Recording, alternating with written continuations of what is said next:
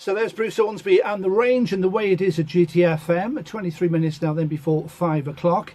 Now then, got a very, very special guest today. Now, I can say this, there are not many people who actually reach the pinnacle of their chosen careers. As we're witnessing at the moment, of course, with the current Tory leadership contest. But my very special guest today has just done that, of course. He's officiated in, I think we'll ask him in a second, 87 rugby union test matches, a phenomenal amount. And he also refereed the 2015 Rugby World Cup final between New Zealand and Australia. What can I say? What can I say? Nigel Owens, good afternoon, sir. Good afternoon, Gareth. How are you? I'm very well, thank you. Now, I know you're a very, very busy man. Thank you very much indeed for joining us on GTFM today. Oh, my pleasure. Yeah.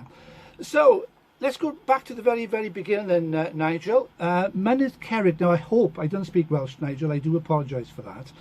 But it's a little village, isn't it, near Crosshands, and that's where you were born in Carmarthenshire. Yeah, it is.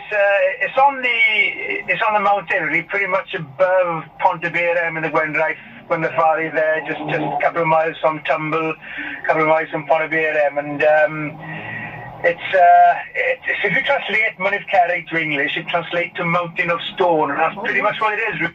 Top of the mountain, and there's a big lime quarry there, which is still working and employing most of the people in the village and stuff as well. So yeah, I was born and bred there, lived there for about 32, 33 years before I moved about 2 miles down the road to Pontevedra when I'm living now. Excellent. I suspect then that must have given you a great childhood, you know, with all those mountains, and I mean, what a view. Yeah, it was, and we our kids growing up, you know, it was very different today, unfortunately, when, you know, we were always outside playing and, you know, going on our sort of hikes or walks. There's about 5 or 6 of us in the village around the same age groups, you know, boys and girls, and we'd go on a Saturday morning or Saturday afternoon, then climbing the mountains and in tree houses, and, you know, no PlayStations or Xbox or nothing back then. You know, you're outdoors kicking a football about, playing rugby, or out on our adventures and getting up to a little bit of mischief as you do at that age. Absolutely, yeah. A wonderful upbringing it was. Yeah, I'm sure it was. So let's go to rugby then. When did rugby first become part of your life then, Nigel? Well,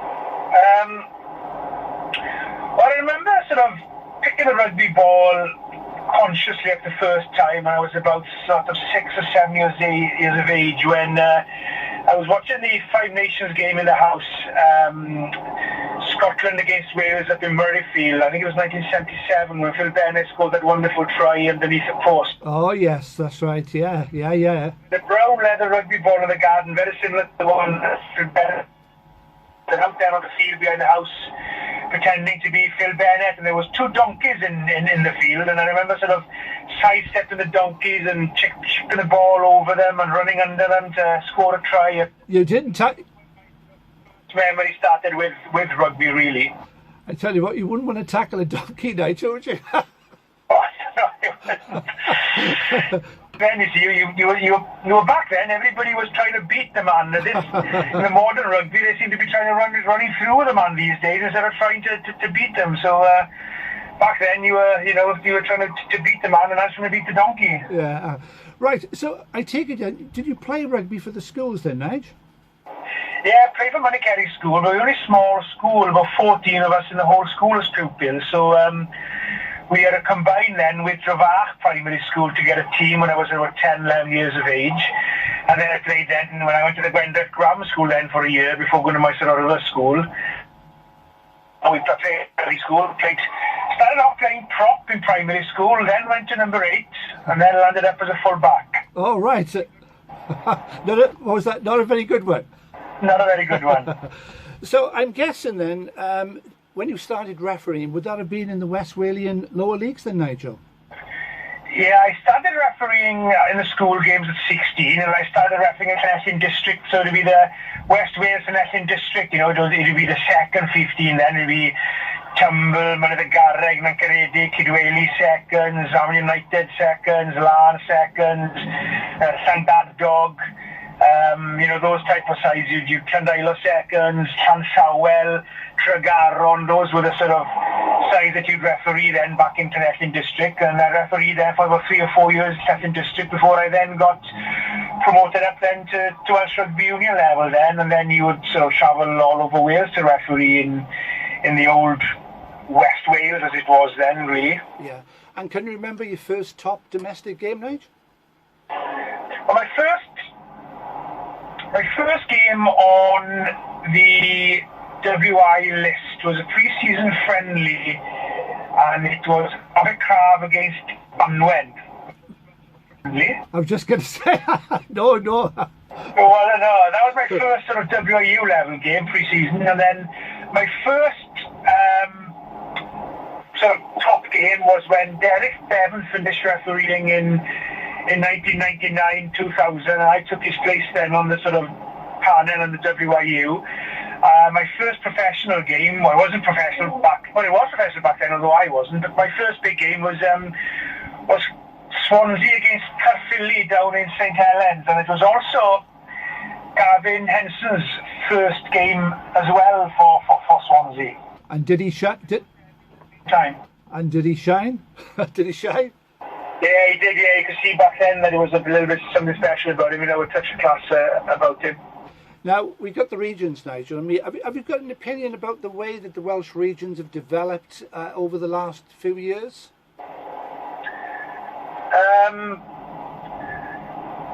Well, you know, the reason have been, you know, they've been successful, you know, on occasions, like, you know, the Blues won the Challenge Cup, the Scarlets got to the semi-final a couple of years ago. They won the Pro 14, and the Ospreys then had a very successful period, you know, when they won the Celtic League and the Pro 12 and stuff as it was back then. So, you know, they've been successful on occasions. They just been unfortunate, really. You know, the Blues probably came closest, and the Scarlets maybe to get into the European final, and they lost the semi-final in extra time with a kicking competition against Leicester back in 2009. So, you know, on occasions they've been successful and strong on occasions. It's just unfortunate they haven't been able to sort of take that form into the big competition of European rugby and get to the final and win the European Cup, really, which is the pinnacle of the domestic game in one sense. So, you know, there's a glimmer of it, isn't there? You know, we seem to think that the Scarlets till last season were sort of really knocking on the door and just didn't quite do it. And then the Blues won the Challenge Cup against Gloucester. Was it 2 or 3 years? Yeah, that's right. Yeah. Getting it consistently, really, to win the big prize, which is the European Cup, because obviously, you know, the world national team has been very successful in the last decade or so. But you know, we just haven't been able as regions to get in the big part of the European Cup and win that, which has eluded us since it started, really, unfortunately. Yeah. Now, your first international, Nigel, I believe was 2007. 87 internationals. Fantastic. Yeah, my first test match was actually in 2003. It was oh, right, I beg your pardon. Right, okay. The World Cup, you are right. World Cup was the sort of first Six Nations game I did, which was England, Italy, and the Six Nations in 2007. And yeah, you are right. I think it's 87. I think so. The time I will go into the World Cup now, I've got 3 games to referee in the build-up to that. I'll be 87. I'll be 90 by the time I get into the World Cup. They are racking up this slowly, but the only downside of the more games you do, you realise the closer you're coming to the end. Yeah, unfortunately, yeah. Now then, have you got a favourite Six Nations match? Is there one match in particular, when you're having a chat with the lads and you're out socialising, is there one that stands out, Nigel, for you? Well, the first one is always a bit special. And I wouldn't say that one game stands out more than the other. It's probably you do on the occasion, like, you know. And I did the last game on the Super Saturday back in 2015 when, you know, you got a brilliant 3 games, and I did the last one when England beat France in like 44 points to 33 or something, I think it was, in Twickenham. So that stands out as a wonderful game of rugby, and obviously the World Cup stands out. So yeah, they all stand out in a different ways, but I think the World Cup is the one that really stands out, of course. But then I suppose as far as the rugby game itself goes, I remember doing South Africa, New Zealand in Ellis Park in 2013 when, you know, a lot of people say it's the best game of rugby they've ever seen, and it was wonderful to be part of that really. So that will always stand out for that reason. But they're all special in their own different way, you know. But to be fair to you as a referee, you've always had this knack, Nigel, of keeping the game flowing. You talk to the players. Of course, these days you're all mic'd up and we can hear what you're saying. Some very, very interesting comments. Very entertaining as well. And the players like you, Nigel, don't they? Well, I think the credit to that has to go to the players, because unless you've got the players in the field who want to play it in the way it should be played, the referee is not going to have a hope in hell. You know, the referee can spoil a good game if he doesn't referee well, but, you know, a referee can never make a bad game good. So, you know, the credit, quite rightly so, you know, should go to the players, because they're the ones who make the game. But as a referee, whether people like it or not, you are a part of the game, a small part of it, but yet again, you know, a part of it. So, you know, I'd like to think that, you know, when the players get out there, they want to play, and, you know, and hopefully with my experience in the game that I can, you know, help them go along and enjoy and play the game, and then hopefully the public will enjoy the game for what it truly should be, and they'll enjoy it because the two teams are playing well, and not enjoy it because the referee is doing well. And that's what rugby is about. Rugby is about the players, and when they shine on the field, then it does make your job as a referee much easier then, you know. Okay, have you got a favourite international player? It doesn't have to be Welsh, of course. Somebody who... I would say that, you know, I haven't got a special game or a special player really that's a favourite. You know, I just enjoy the game of rugby and enjoy it. It was always a pleasure to referee Shane Williams. He was one of the special ones really, you know, because for his stature, the way that he played the game and beat. Oh, I think we've lost him.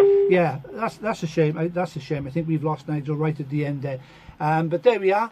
What an interesting chap as well. Fantastic career. And of course, I was just about to ask him about Japan coming up towards the end of the year. We'll try and get him back, but